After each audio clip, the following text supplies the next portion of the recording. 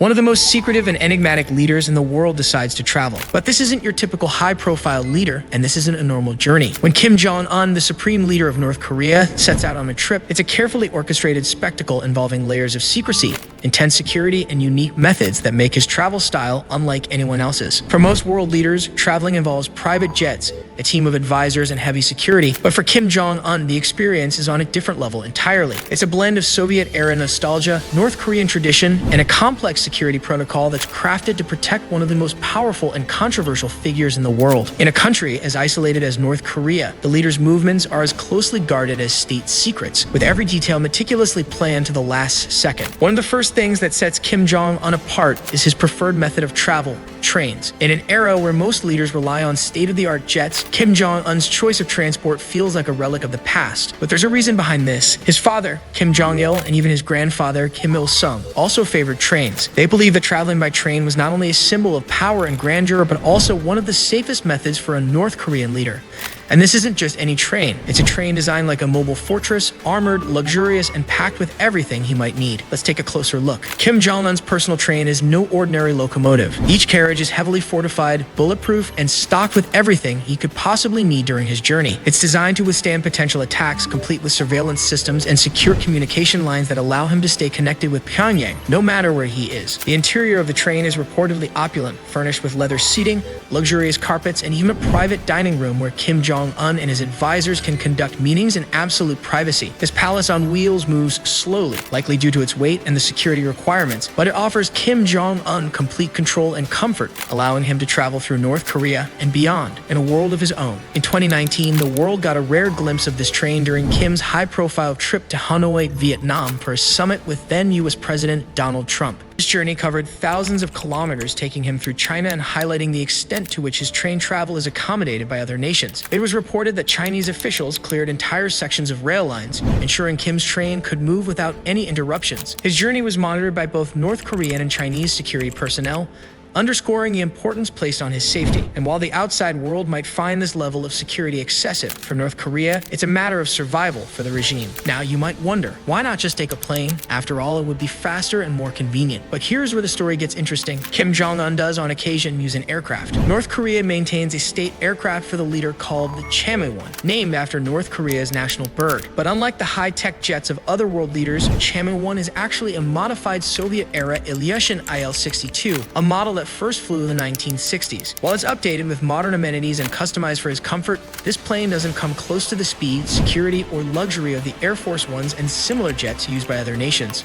Kim's occasional use of Chame-1 is believed to be more for international appearances than practical travel. For instance, in 2018, during his historic meeting with South Korean President Moon Jae-in, Kim traveled by plane to the Chinese city of Dalian. But even then, his security was tight, with both Chinese and North Korean forces involved in ensuring a smooth, incident-free journey. This blend of air and rail travel gives Kim Jong-un flexibility, but it also plays into the symbolism North Korea values so much. Each travel method is chosen with purpose, aimed at reinforcing the image of power, control, and security. When Kim Jong-un does travel internationally, the logistical planning involved is nothing short of extraordinary. Unlike most leaders who have embassies and advanced teams, Kim Jong-un's entourage essentially brings everything they need, from security personnel to personal chefs and medical staff. Each trip involves dozens, if not hundreds of people. Every stop is rehearsed, every exit is checked, and every possible risk is calculated. And here's the fascinating part. His security doesn't end at bodyguards. His convoy includes several identical vehicles, and he's often surrounded by a phalanx of suited men, known as his elite bodyguard unit, who literally run alongside his car whenever it slows down or stops. It's a scene that seems straight out of a movie, but for North Korea, it's deadly serious. Kim Jong-un's choice of cars also reflects his complex image. He often travels in an armored Mercedes-Benz S600 Pullman Guard,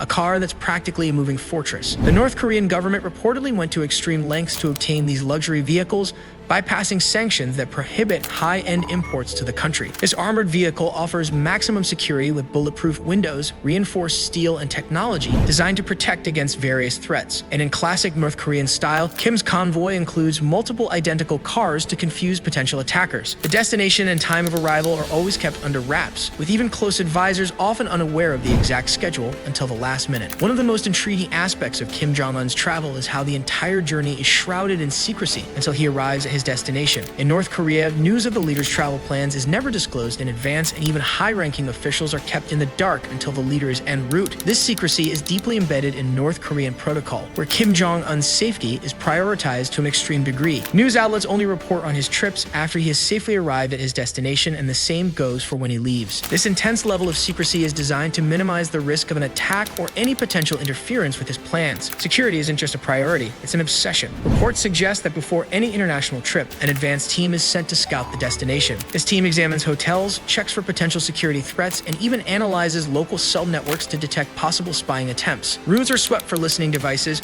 routes are mapped out down to the smallest detail, and contingency plans are developed for every possible scenario. Kim's personal chefs often travel with him, and the food is inspected and prepared under strict protocols to prevent poisoning. For North Korea, even the smallest detail cannot be left to chance. What's also fascinating is how Kim's travel arrangements often send diplomatic signals. When he traveled to China, his decision to use the train was a nod to his father's and grandfather's preferred method, a move that resonated with the Chinese, who shared historical ties with North Korea. It's as if every aspect of Kim Jong Un's travel, his choice of train, his plane, his security convoy, is carefully crafted to reflect a balance of tradition, authority, and calculated diplomacy. Kim Jong Un's travel style is a glimpse into the rigid and secretive workings of North Korea itself. Every trip he takes reinforces the isolationist, authoritarian nature of the regime, where the leader's safety and image are paramount. It's a world where appearances matter as much as actions, and where a single journey is not just about reaching a destination, but about making a statement. To the outside world, it might seem excessive or strange, but for North Korea, his elaborate style of travel is a reminder of the country's unique,